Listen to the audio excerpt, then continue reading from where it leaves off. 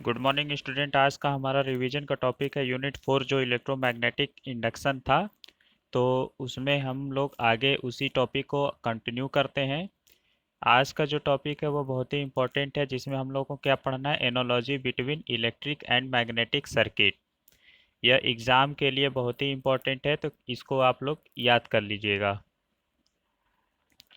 देखिए, अगर हम बात करते हैं कि हमारा जो वैद्युत परिपथ है या फिर जो हमारा चुंबकीय परिपथ है, उन दोनों में क्या समानताएं होती हैं। ठीक है।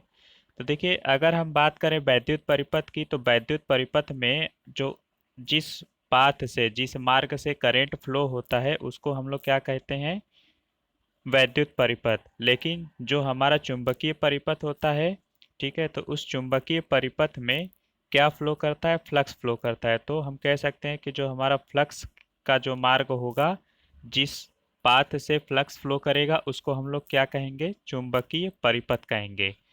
तो कहा जा सकता है जो हमारी पहली समानता है वह क्या है, कि वह परिपथ जिसमें विद्युत धारा प्रवाहित होती है उसे हम लोग क्या कहेंगे, वैद्युत परिपथ कहेंगे।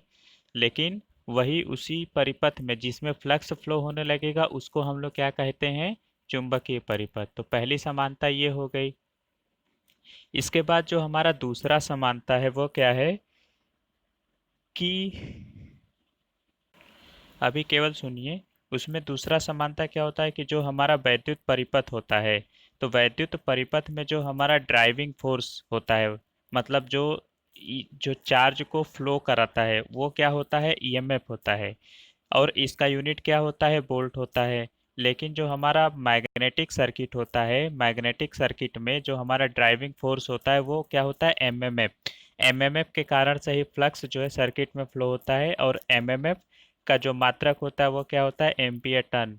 ईएमएफ का फुल फॉर्म क्या होता है, ईएमएफ का फुल फॉर्म होता है इलेक्ट्रोमोटिव फोर्स, और एमएमएफ का फुल फॉर्म क्या होता है, मैग्नेटोमोटिव फोर्स। ठीक है।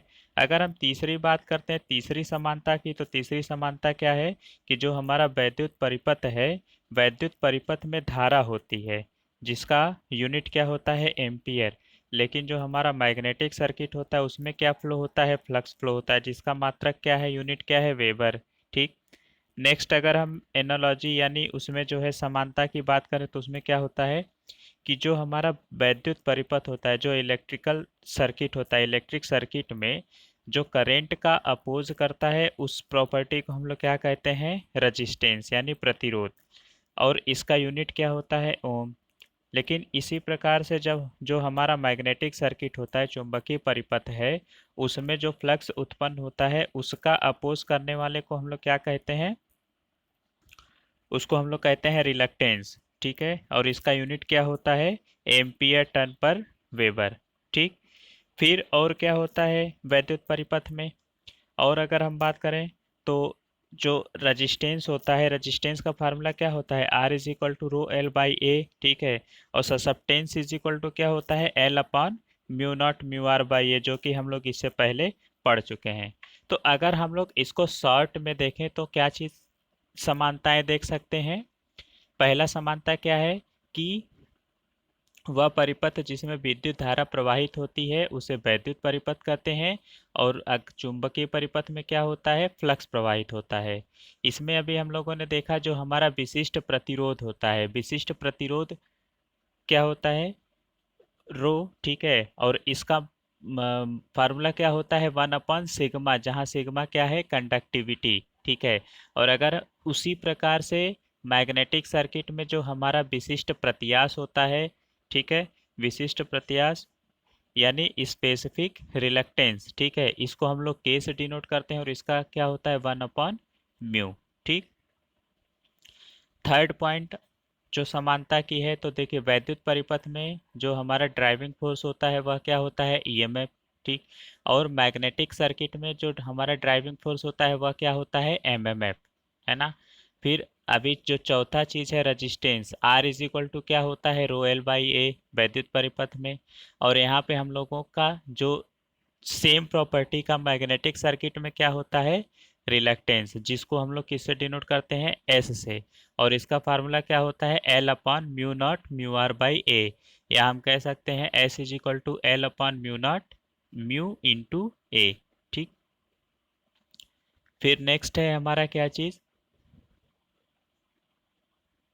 जो हमारा धारा है, करंट है, करंट के अपोजिशन को, इलेक्ट्रिक सर्किट में करंट के अपोज करने वाली जो प्रॉपर्टी होती है उसको हम लोग क्या कहते हैं, प्रतिरोध कहते हैं। लेकिन जो हमारा मैग्नेटिक सर्किट होता है उसमें जो फ्लक्स का अपोज करता है उसको हम लोग क्या कहते हैं, रिलक्टेंस कहते हैं। ठीक है। फिर नेक्स्ट क्या है, अगर हम बात करें इलेक्ट्रिक सर्किट की, तो इसमें जो करंट होता है, करंट हम लोग क्या लिखते हैं, V is equal to I R होता है, तो वहां से करंट का जो फार्मूला होगा वह क्या होगा, I is equal to V upon R. तो इलेक्ट्रिक सर्किट में फ्लो होता है करंट, लेकिन अगर हम इसमें बात करें मैग्नेटिक सर्किट में, तो इसमें क्या फ्लो होता है, फ्लक्स, और फ्लक्स इज इक्वल टू क्या होता है, M M F upon S. ठीक।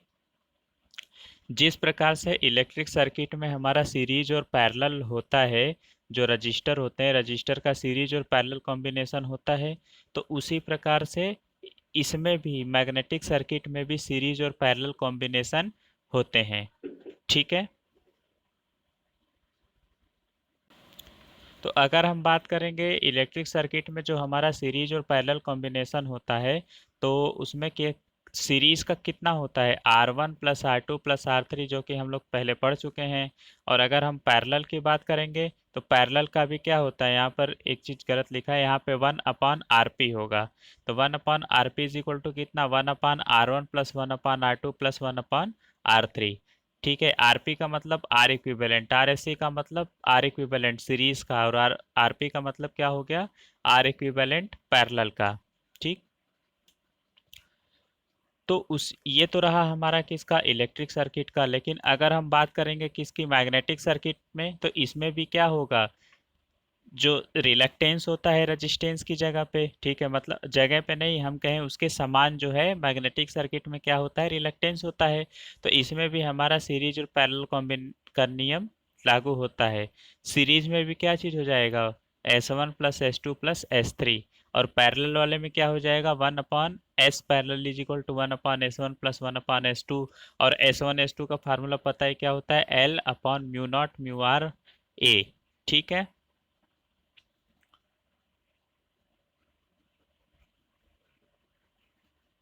तो ये रहा हमारा क्या चीज़, उसमें क्या नाम है, अ, जो हमारा एनोलॉजी है, मतलब इलेक्ट्रिक सर्किट और मैग्नेटिक सर्किट में क्या समानताएं हैं।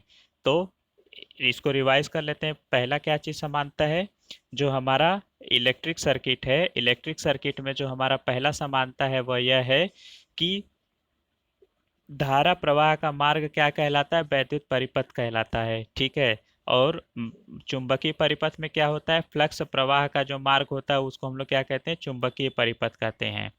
वैद्युत परिपथ का जो ड्राइविंग फोर्स होता है वो ईएमएफ होता है।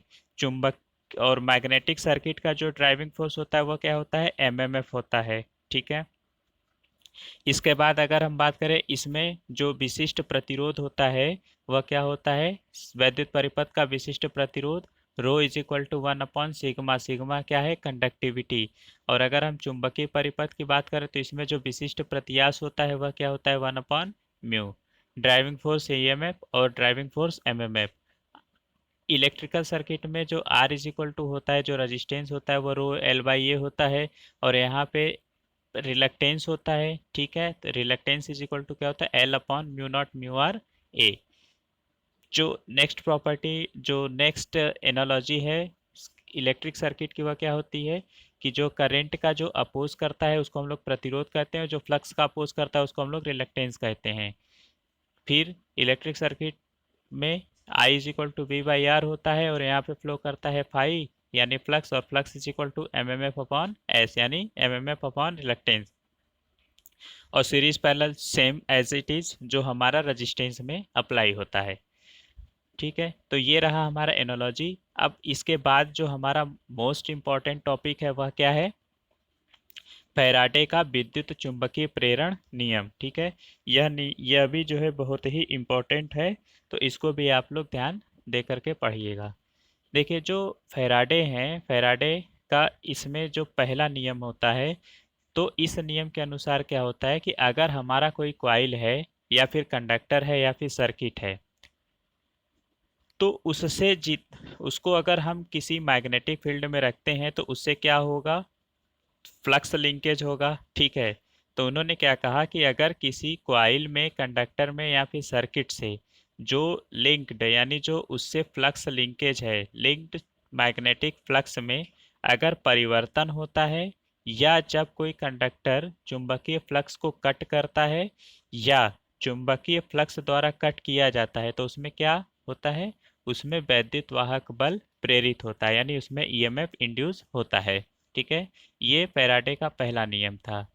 दूसरा नियम क्या है? अब फैराडे का जो दूसरा नियम है, दूसरे नियम के अनुसार किसी कंडक्टर या कॉइल में जो हमारा ईएमएफ इंड्यूस्ड होता है उसमें जो मैग्नेटिक फ्लक्स है, ठीक है, उसमें जो लिंक्ड मैग्नेटिक फ्लक्स है, तो उस कॉइल में जो ईएमएफ इंड्यूस्ड हुआ उस लिंक्ड मैग्नेटिक फ्लक्स के परिवर्तन के दर के समानुपाती होता है, ठीक है। पहला उन्होंने नियम क्या दिया कि अगर कोई कॉइल है, ठीक, उस कॉइल में मैग्नेटिक फ्लक्स से क्या है, लिंक्ड है, उसमें जो मैग्नेटिक फ्लक्स है उससे ग्रंथित है, तो उस केस में क्या होगा कि उसमें किसी भी प्रकार का कोई चेंजिंग होता है उन दोनों के रिस्पेक्ट में, या तो उसमें सापेक्ष गति हो या जो कंडक्टर होता है वह फ्लक्स को कट करे, ठीक है। तो उस केस में क्या होगा कि उस जो कॉइल होगा उस कॉइल में ईएमएफ इंड्यूस्ड होगा, और दूसरे में यह बताएगा कि कितनी मात्रा में इंड्यूस्ड होगा, तो जो ईएमएफ इंड्यूस्ड होगा उस फ्लक्स के परिवर्तन के दर के समानुपाती होगा, यानी ठीक है। तो हम कह सकते हैं कि जो ईएमएफ इंड्यूस्ड हुआ वह डायरेक्टली प्रोपोर्शनल टू किसके, D phi by D T के। यह क्या है, फैराडे का सेकेंड लॉ, ठीक। तो यह तो केवल एक टर्न्स के लिए था। अगर सपोज कीजिए कि उसमें एन टर्न्स होंगे तो एन टर्न्स के लिए कितना होगा, एन टर्न्स के लिए होगा N D phi by D T, ठीक है। इस लॉ में देखिए जो उसका ईएमएफ का जो डायरेक्शन है उसमें ईएमएफ का डायरेक्शन नहीं बताया, ठीक है।